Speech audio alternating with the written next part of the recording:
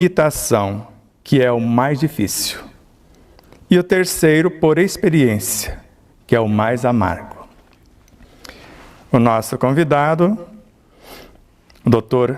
Anthony Wong, ele nasceu na China, em Nanking, em 17 de abril de 1947. Formou-se pela Universidade ou pela Faculdade de Medicina da Universidade de São Paulo em 1972 e naturalizou-se, para nossa felicidade, naturalizou-se brasileiro em 1973, quando fazia a sua residência médica no Departamento de Pediatria no Hospital das Clínicas, na mesma universidade, onde obteve o título de doutor no ano de 2000. Atualmente é diretor e chefe do Centro de Assistência Toxicológica do Hospital das Clínicas, da mesma universidade, membro efetivo da Academia Americana de Toxicologia Clínica, assessor do Grupo de Farmacovigilância da Organização Mundial de Saúde e vice-presidente do Fórum Internacional de Testagem de Álcool e Drogas. Seja muito bem-vindo, Dr. Yang. É um prazer, uma honra tê-lo aqui. Já o temos como parceiro em nosso canal, em nossa TV Web, mas hoje é uma satisfação imensa tê-lo aqui e vamos falar das realidades e das ilusões acerca do Covid-19. Se alguma coisa deixou a desejar no vosso currículo, acrescente alguma coisa e fique à vontade, o tempo é todo seu. Vou procurar interferir o mínimo para que o senhor possa expor o que for necessário. Boa tarde, Sebastião Camargo. Obrigado por me convidar para participar desse diálogo e conversa. E ainda mais com dois antecessores nossos, né? Confúcio e Lao Tse, que são os mais iluminados, vamos dizer assim, da filosofia chinesa e de todo o que aconteceu, o que é a China hoje, tem profundo ligações e raízes nos ensinamentos desses dois. O Partido Comunista e várias outras dinastias tentaram suprimir totalmente o pensamento deles, a filosofia e, vamos dizer, as regras de vida, e não conseguiram. Tanto assim que hoje o próprio Partido Comunista Chinês, que tanto tentou acabar com seus pensamentos, hoje adota muitos dos pontos deles. Eu acho importante a filosofia oriental, não apenas a chinesa, mas como a japonesa, a coreana e tantos outros, e até a indiana, que eles têm um histórico no nosso planeta, na nossa civilização, muito mais longa e mais profunda, vamos dizer assim, não puxando o saco do meu lado, do que é a filosofia, o pensamento ocidental. E isso, como você falou muito bem no preâmbulo, veio de experiência amarga, sofrida, de décadas e décadas, ou séculos e séculos de conquista e sofrimento, é que forjou a civilização oriental, que hoje é tão admirado pelo mundo ocidental. Então, acho muito apropriado, e eu espero fazer jus aos meus antepassados e que eu possa transmitir alguma coisa para vocês, para todos os seus ouvintes, que seja bastante profícuo e interessante para a nossa vida. Com certeza. Eu tenho eles como verdadeiros mestres, lembro das minhas memórias quando convivi com esses personagens. E Confúcio, quando ele narra que o alicerce de todas as virtudes é a humildade. E Lao Tse, se quer transformar o mundo, então transforma-te. A maior dádiva que pode ofertar ao mundo é a da sua própria transformação. Então, para falar das realidades, das ilusões, de tantas situações desconexas que estamos vendo acerca do Covid-19, vou deixá-lo bem à vontade para fazer as suas considerações, colocar informações novas, o que o senhor julgar necessário, fazendo uma síntese do que tem falado nas várias mídias que o convidam e que o deixa falar, porque de vez em quando o interrompe, a gente fica triste com isso. Mas fique à vontade para trazer essas palavras, para trazer um consolo para a nossa população tão sofrida, a população mundial, e especialmente para os brasileiros. Obrigado, senhor Acião, pela essa deixa, essa permissão de intrometer-me na sua vida de todos. Eu acho importante, do ponto de vista talvez filosófico ou não, da minha formação quando desde criança. Como você disse, eu sou nascido na China. A minha formação psicológica, de formação de caráter, formação de personalidade e também de luta veio dos meus pais, né? Meus pais, meu pai e minha mãe são ambos chineses, e meu pai era um autodidata, estudou muito. Eu reputo ele uma das pessoas mais inteligentes, acho que todo pai acha, que ele trouxe para nós uma visão da vida também de sofrido, né? Meu pai veio de uma família muito pobre e galgou com sucesso até que a vinda dos comunistas encerrou a sua carreira lá na China. Minha mãe é uma pessoa de uma inteligência fenomenal, uma formação de mãe oriental, de disciplina e de respeito à autoridade, respeito aos mais velhos. E então ambos fizeram uma simbiose, vamos dizer assim, na formação dos 8 filhos que tiveram. E eu posso dizer que todos os 8 estão muito bem na vida por causa dessa educação que eles nos deram. Mas, voltando ao que está acontecendo, o Covid-19 é mais uma pandemia e mais um sofrimento para testar a humanidade. Sabe, há tempos atrás, eu gosto muito de história, e tempos atrás eu pensei, cada século, cada passagem do homem nesse mundo, ele é um alto e depois vem alguma coisa, acontece que joga ele lá para baixo, como se fosse para as trevas novamente. Então nós vemos o que aconteceu quando... Bom, bem antes, mas vamos começar com o Império Romano, né? O Império Romano foi aquele império iluminado, não minimizando nem os gregos, nem os persas, nem os indianos, nada, mas vamos pegar do começo da era cristã. Então, 400 anos depois do nascimento de Cristo, veio a derrocada do Império Romano, né, com toda a sua influência no mundo todo, ocidental todo, e depois eles caiu naquela fase negra do mundo, né, aquelas, como se diz, Dark Ages, né, a Idade Negra, em que todo conhecimento foi mergulhado, enterrado, com a invasão das tribos germânicas, etc. E aí, aos poucos, foi construindo uma nova filosofia, uma nova sociedade, que foi a Idade Média. E aí que começou a formação das guilds, né, dos guilds, ou seja, no início dos sindicatos, vamos dizer assim, mas de uma forma assim que tinha um homem, o senhor das terras, e todo mundo trabalhava para ele, não como escravo, mas certamente num regime de semi-escravidão, mas com a proteção desse senhor.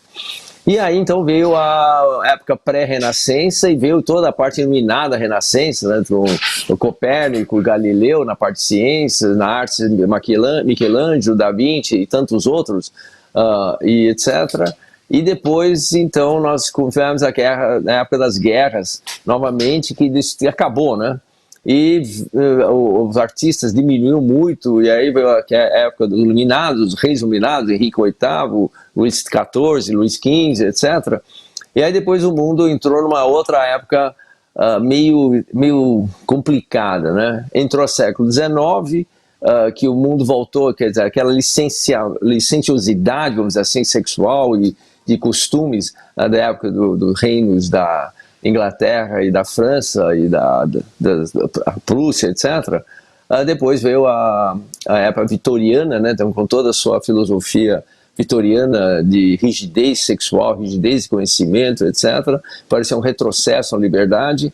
E depois, então, destruído pela Primeira Guerra Mundial, pela Guerra de Crimeia, antes disso, etc. Aí o mundo entrou numa outra depressão, aí veio o surgimento do nazismo, certo? Novamente, uma outra época turbulenta, a Segunda Guerra Mundial, foi a pior de todos, e depois começou a época dos anos 50 e 60, com a dominância dos domínios americanos, né, e da norte-americana, e que agora mais ou menos domina a gente, e agora nós estamos vendo a China e o Oriente subindo. Então esse mundo é subidas e descidas. E quando a gente acha que o mundo está assim, acabado, né, como até no começo do século XX, com a gripe espanhola, que praticamente acabou com um quarto da população mundial, no Oriente, ele veio do Oriente para começar também. Gripe espanhola não, desculpe, gripe espanhola veio dos Estados Unidos. Nós temos a peste bubônica do século XII, XIII, que aliás já esteve sempre com a gente, né, com o mundo todo, né? Ele originou nos ratos vindo da Ásia, e aí então, já na própria China, eliminou quase 30% da população, depois foi para a Europa, foi quase 25%, 50%, continua assolando a vários países, mas você viu que justamente uma época muito complicada, que é a Idade Média, saindo da escuridão, etc., e o mundo só conseguiu superar isso, entrou na Renascença, né? E agora, depois da gripe espanhola, foi logo depois no finzinho da Primeira Guerra Mundial, teve três ondas. A primeira onda foi mais fraca, depois uma segunda onda muito mais forte, e a terceira onda foi mais fraca, e aí então o mundo adquiriu imunidade. E depois disso, já mais nesse século nosso, século XXI, nós tivemos o SARS em 2003, o MERS em 2009, H1N1 e a gripe suína em 2010, 2011, que matou muita gente também, e agora nós somos Covid-19, coronavírus. Então, parece que o homem não aprendeu. Com todas essas coisas, e essa que é a questão. O homem não aprendeu que ele, ao tentar dominar o mundo, ou os animais, ele acaba sendo vítima dessa também, né? A gripe espanhola veio de um porco, né, fazendo porcos em Kansas. Todo mundo pensa que foi da Espanha, não foi em Kansas. A praga, a peste bubônica veio do rato, tá certo? Quer dizer, não é o rato, mas a pulga no rato. E assim por diante. O SARS também veio de uma ave da Ásia. O MERS veio de camelo no Oriente Médio. H1N1 veio de porcos também, da Ásia, etc. Então agora esse aqui, coronavírus, dizem que veio de um mercado de peixe, mas não foi de um laboratório que deixou a sua quarentena, os seus cuidados. E o mundo está sofrendo, e a gente vai ter que vencê-lo de uma forma ou outra. Vai ter muito sofrimento, sem dúvida. Mas não é questão de quantas pessoas morreram, não. Claro que toda morte para nós é muito dolorida. Ainda mais quando a gente vê que as pessoas que vão morrer são justamente as pessoas mais idosas, as pessoas que nós temos mais amor por elas. Eu, como chinês, reverencio os idosos, né? Mas são pessoas que são muito queridas, avós, são muito queridos, fora outras pessoas com outras comorbidades. É doloroso, mas é doloroso como o homem está enfrentando isso, né? Então, enfrentando de uma forma totalmente insensata, diferente das outras. A gripe espanhola todos os países se uniram para vencê-la, né? Também o próprio SARS também saiu alerta e o mundo tentou e logo anunciou uma vacina. Esse coronavírus é diferente. Ele, apesar de ser assim grave, como nós estamos vendo, tem uma letalidade não tão grave, mas estão inventando uma letalidade muito grande, mas nós estamos vendo as pessoas tentando dominar um ao outro, colocar as pessoas numa quarentena extremamente rígida, que não é o mais adequado para esse tipo de situação, e também exagerando demais, né? Até o gripe espanhola teve uma certa quarentena, mas não foi tão rígida como essa, evidentemente porque logo foi depois da Primeira Guerra Mundial, o mundo já estava sofrendo demais com a Primeira Guerra Mundial e não estava preparado para um novo sofrimento como o da gripe espanhola. Então eu acho que o homem tem que aprender isso, né? Quer dizer, a pandemia vai ter daqui a 10, 15 anos vai ter outro, ou talvez daqui a 20 anos, talvez até menos, certo? Porque o mundo está ficando mais populoso, está intrometendo, invadindo outras áreas, né? E com isso faz-nos mais, ao fazer isso, nós mexemos com o equilíbrio da natureza. E aí é o equilíbrio do cosmos também. E isso faz com que a natureza não tem problema. Ele recupera de uma forma ou outra, mas ele se vinga. E vinga de uma forma muito, muito agressiva, até que o homem aprenda que ou aprendo a conviver com a natureza, ou eu vou sofrer demais da natureza. Os próprios indígenas das Américas viviam em paz com a natureza. não é verdade? E o homem branco veio aí, acabou com ela, desflorestou, acabou com os búfalos, acabou com a vida que eles tinham, etc. E aí nós temos isso aí, o mundo que nós temos hoje. Então, o que nós estamos fazendo hoje, infelizmente, é da própria mão do homem. Com certeza. Eu falo que Deus é a perfeição absoluta. As leis são perfeitas e justas. O universo inteiro está dentro de nós, como tudo que está dentro de nós existe no universo. Sabemos que em nosso corpo biológico temos um bioma inteiro, um bioma perfeito, assim como o planeta o é. E quando desorganizamos os nossos pensamentos e desarmonizamos os nossos sentimentos, as nossas palavras passam a ferir e as nossas atitudes, num desrespeito e preconceito pelos nossos semelhantes, causamos o sofrimento para a nossa própria consciência. Não precisava ser assim, porque o amor nos convida a vezes incontáveis, mas a dor, nunca vi a dor convidar ninguém. Ela exige mudança. Ou do contrário, vamos sofrer como se não tivesse fim. Então, para trazermos essa palavra de consolo agora, o que cada cidadão pode fazer por si mesmo, cidadão brasileiro, cidadão planetário, cidadão cósmico, em termos de respeito à vida e às leis, porque aqui no Brasil, por exemplo, estão querendo salvar vida e enterrar a economia. Pelo menos no meu modo de ver, não existe vida sem economia. Porque se não tiver recursos, não haverá condições para gerar vida. E, ao mesmo tempo, não existe economia se não permitirmos que as vidas trabalhem e produzam para gerar esse progresso. Então, fique à vontade para que a gente possa trazer o que cada cidadão pode fazer por si mesmo, porque sabemos que os cuidados necessários de higiene, o uso da máscara, e inclusive a máscara, no meu ver, não protege a entrada do vírus. Evita que nós, quando estamos com resfriado, possamos espirrar e levar os bigotos na direção dos outros. Mas em si é uma questão de consciência, de harmonia íntima, de um sistema imune, psico, neuro, endócrino, imunológico bem organizado, alimentação adequada, o respeito à vida, como eu disse, a espiritualidade, porque essa consciência que o outro é uma extensão de nós, é que nos vai permitir, porque nós estamos vendo agora no noticiário 3 jovens senhoras, jovenzinhas, uma com 101 anos, outra com 107, uma com 113 anos, saiu do Covid.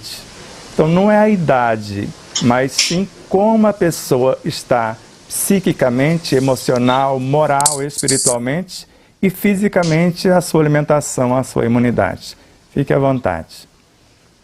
Bom, esse coronavírus tem algumas características diferentes das outras, não porque o vírus seja diferente, porque o coronavírus já era a causa do SARS, né, em 2003 e o MERS em 2008, 2009 e tantas outras, né? Na realidade o coronavírus é como se diz, um vírus que nós convivemos há muitos anos.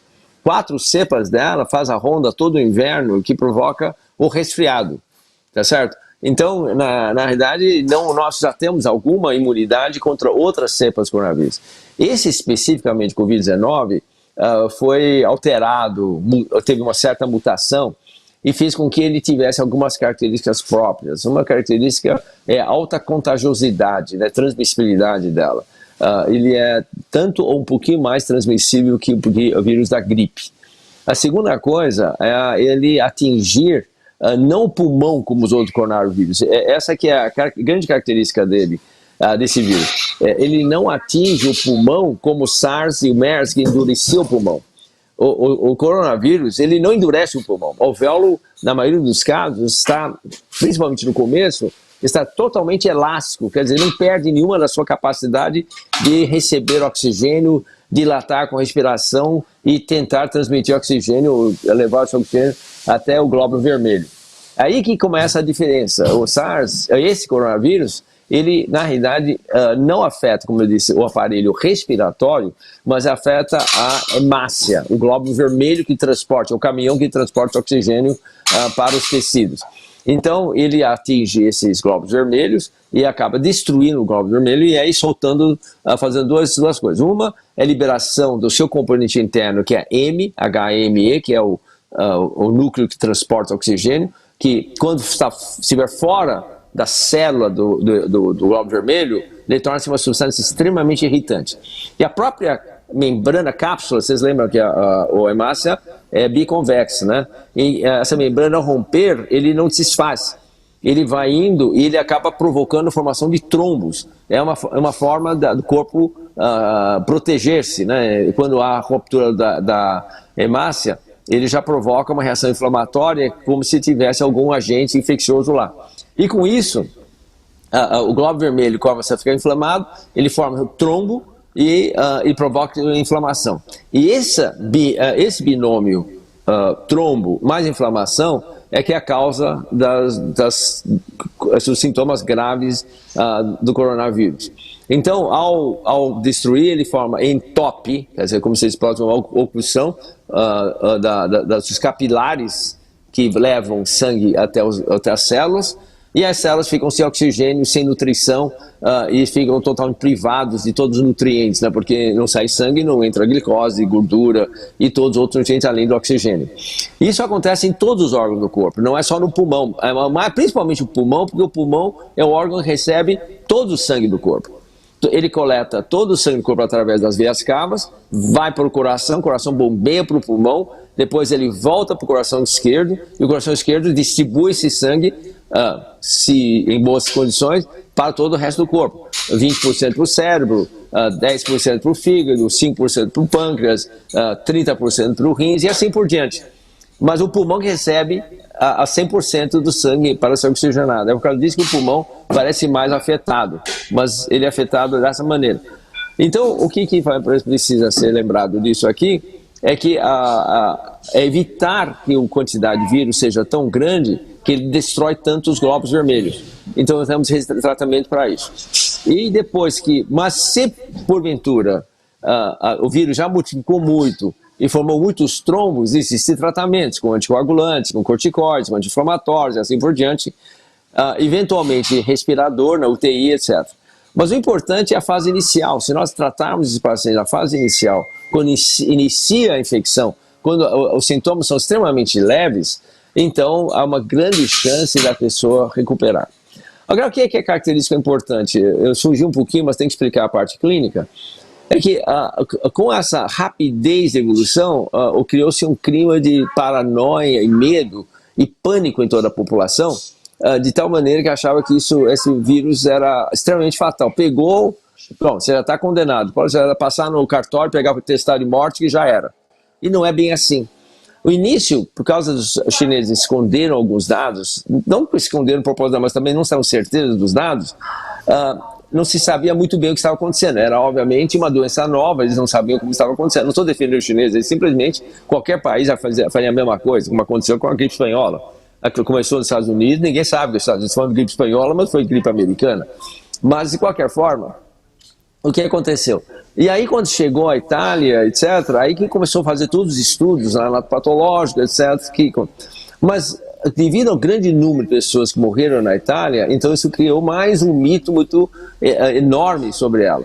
E o que aconteceu? Porque a Itália fez a coisa errada. Ele fez um confinamento dos idosos de tal maneira que justamente a idade é a faixa etária mais suscetível à doença. E você sabe que no norte da Itália as casas são pequenas, cai bem no inverno, né? Vieram de janeiro para fevereiro, e a turma fica dentro de casa. E aí a Organização Mundial de Saúde fez uma outra besteira, desculpe a palavra, mas besteira, dizendo, olha, fica em casa em quarentena. Gente, quarentena é feito para o doente e não para a pessoa normal. Entendeu? Então, você quarenteniza quem está com tuberculose, quem está sarampo, quem está com doença, com AIDS ou com ebola, etc, etc. Você não quarentena quem estiver bem. Mas o pânico foi tão grande, a desinformação foi tão grande que fizeram isso. E o que aconteceu? Com isso, aumentou mais o número de pessoas contaminadas. Porque quanto mais se tiver num espaço pequeno, mais número de pessoas, obviamente, em vez de 1, passa para 4.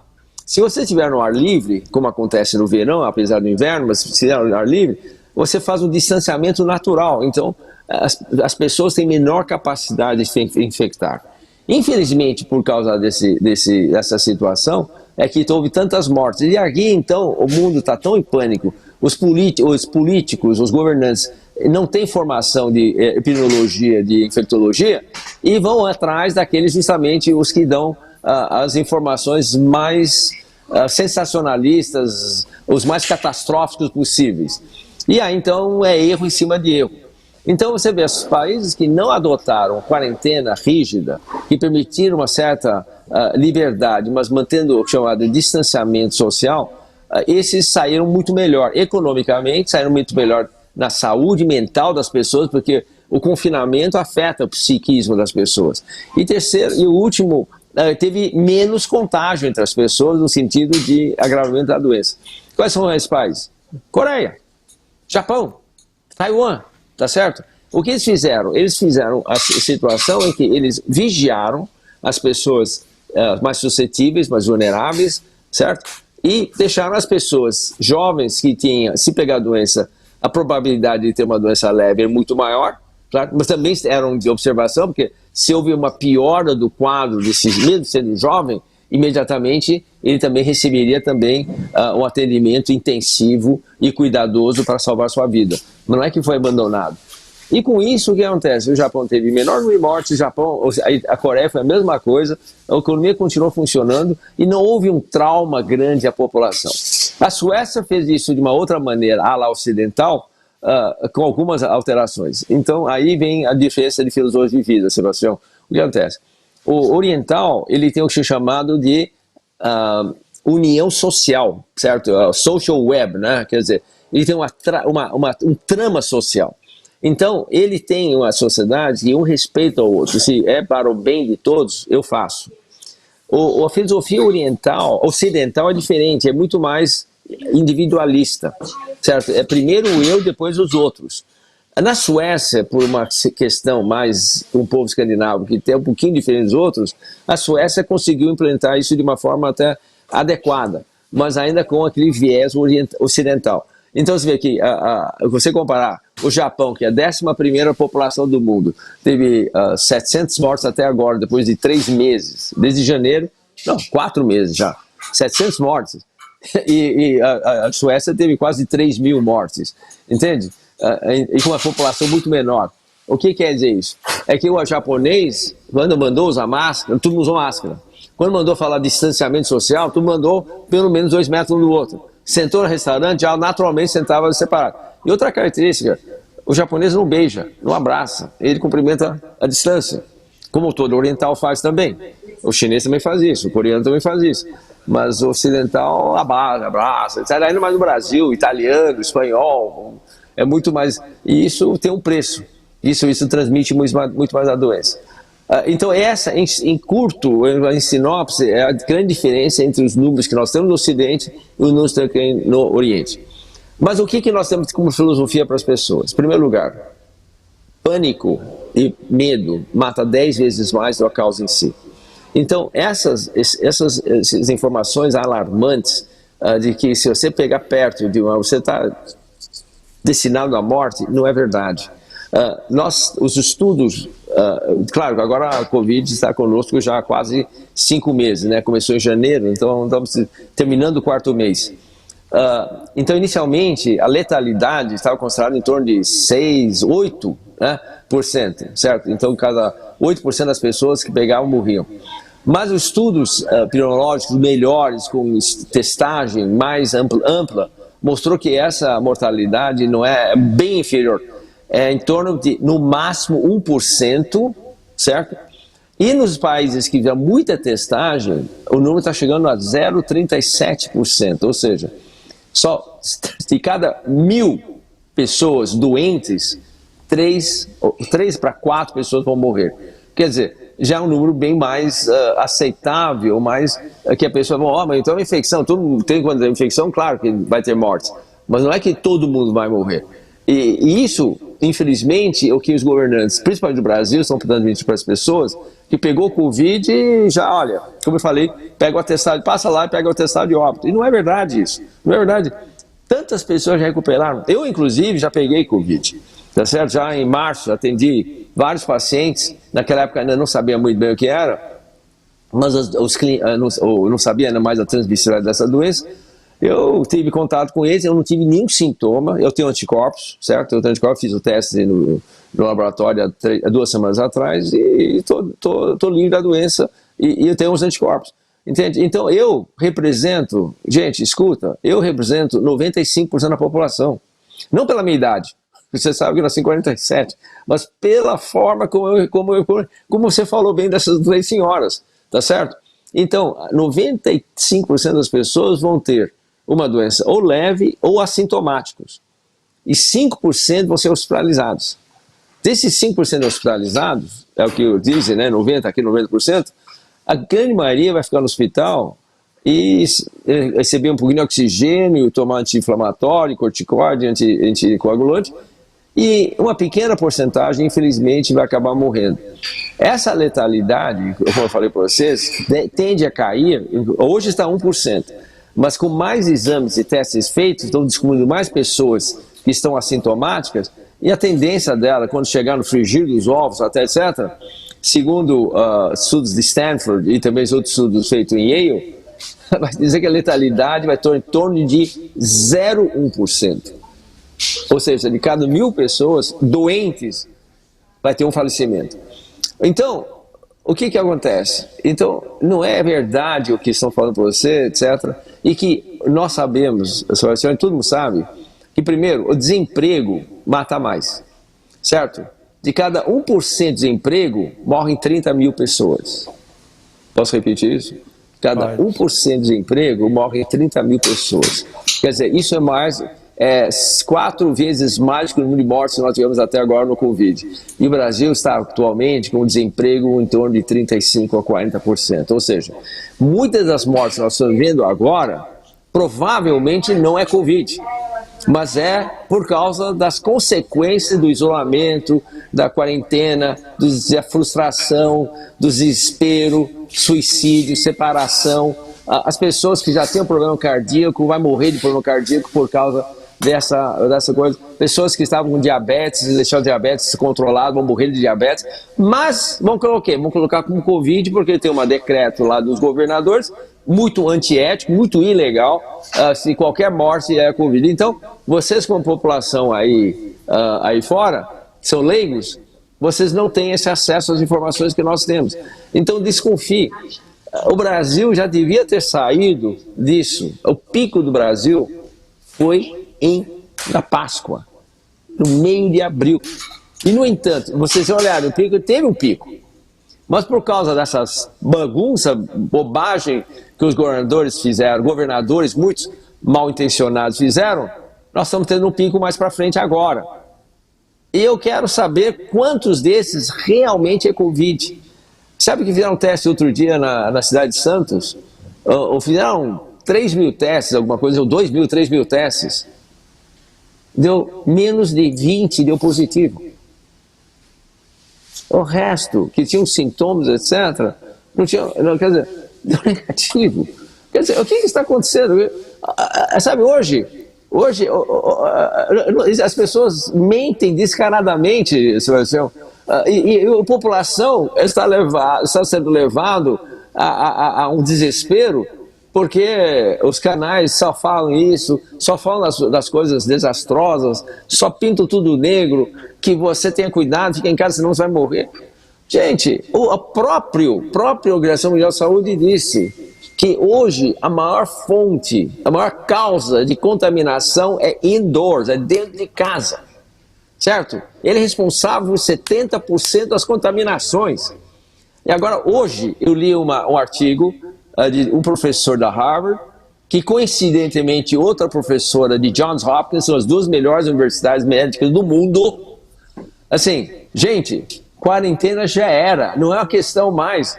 Larga disso. Hoje você tem que sair porque o risco de contaminação dentro de casa é muitas vezes maior do que vocês ficarem fora. Está lá publicado, entrevistas deles hoje, publicado no New York Times de hoje. Então, quem quiser ter certeza, pode ler com calma, o que eu tenho pregado desde março, né? Quem me acompanhado. A minha, não por ser oriental, mas para mim seria muito mais sensato, eu acho que estou falando muito, mas é o que os japoneses fizeram, quer dizer, o que chamam de intervenção vertical. Ou seja, dá atenção para quem precisa, que tem maior risco de morrer. São as pessoas com comorbidades, vulneráveis, idosos, etc. Obesos, etc. Marquem eles e fiquem de marcação homem a homem. O resto da população, gente, vai ter uma doença, ou não ter sintoma nenhum, ou sintomas leves, ou mesmo sintomas um pouquinho mais graves, mas vocês vão recuperar. Entendeu? Isso que vai acontecer mesmo. Então, eu não estou dando sinal de otimismo, senhores.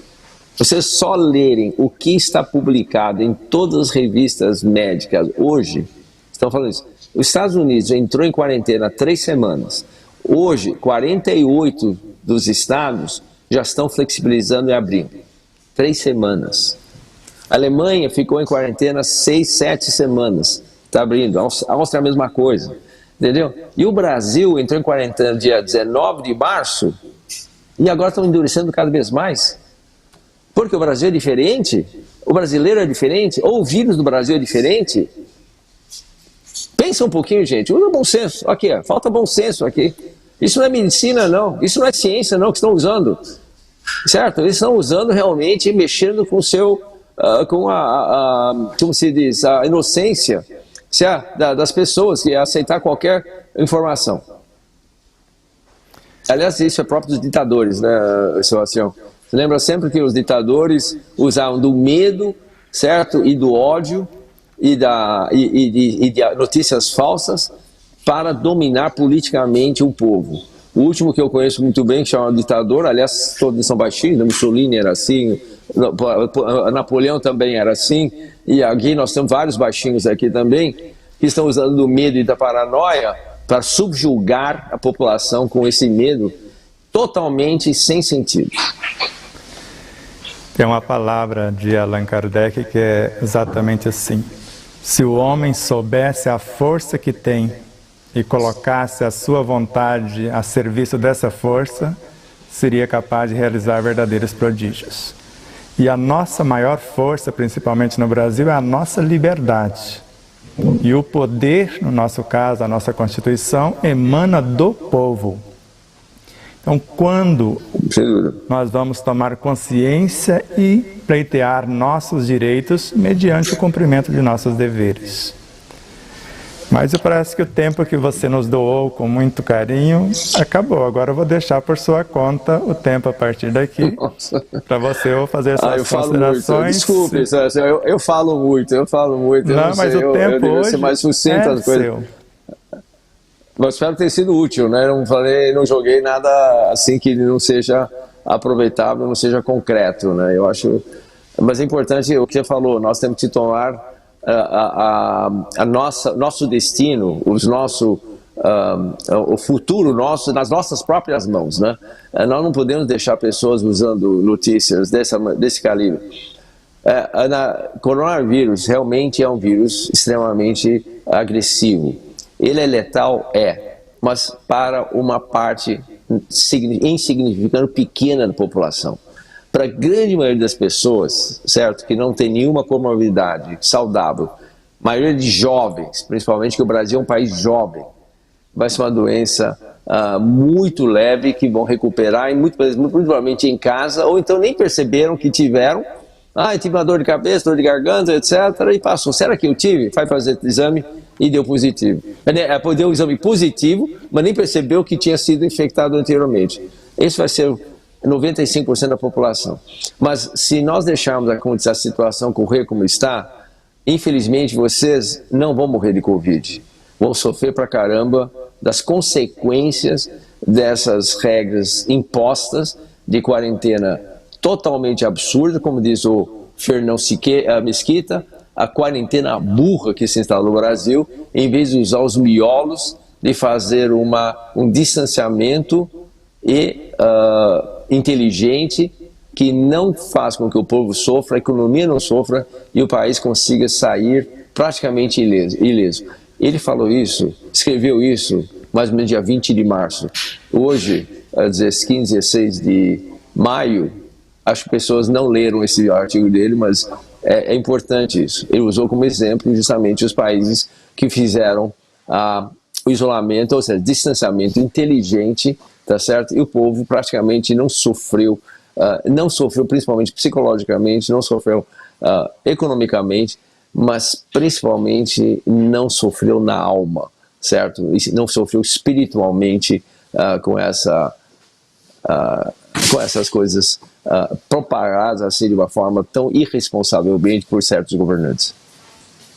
Eu espero que a população tome ciência do seu próprio poder e coloque seus governantes nos seus devidos lugares, já que nós os elegemos, nós podemos também tirá-los de lá e substituí-los.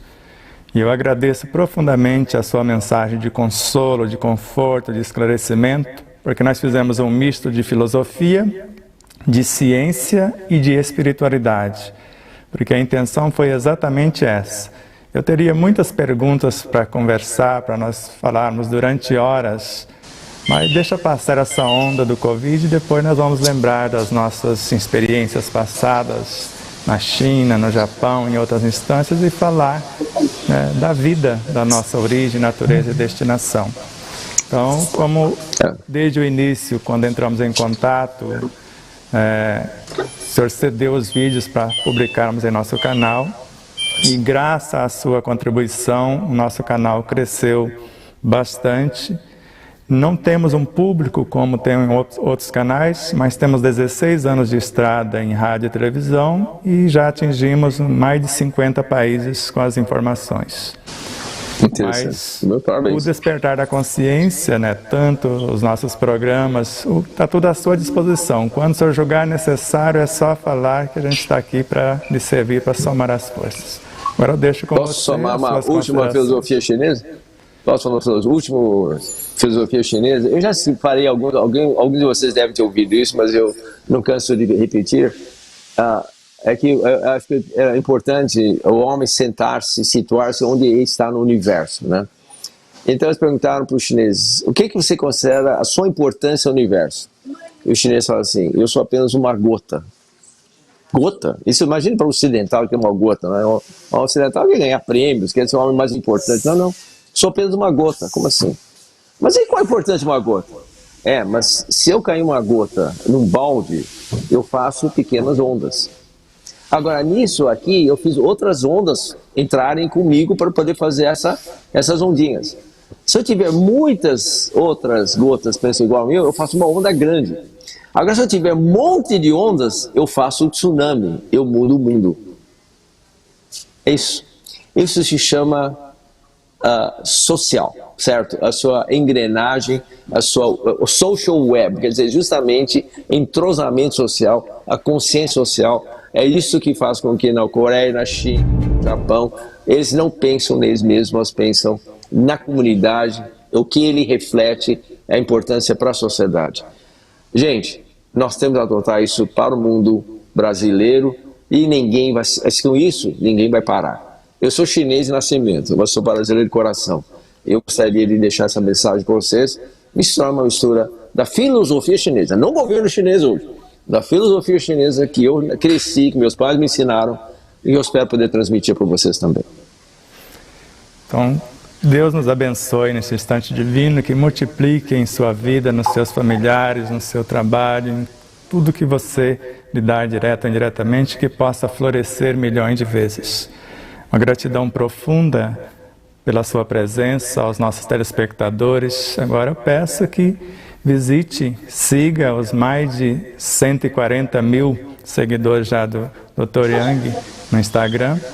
Em breve ele terá o seu canal também no YouTube. E conte conosco para falarmos de amor, de verdade, de justiça, a palavra que consola, que que esclarece, gerando estímulos para a libertação. Então, como eu dizia, agora vamos trazer um vizinho da China, que é o Buda. Basta uma mente que pensa, um coração que ama e mãos que trabalham. E conforme outro, bem ali pertinho também na Índia, Satya Sai Baba, basta pensarmos na verdade, sentir o que pensa, falar o que sente, viver o que fala. Grande abraço a todos, muita paz. Muito obrigado, Dr. Yang. Obrigado. Ele falou mais uma coisa. Seja você a mudança que você quer no mundo. Obrigado.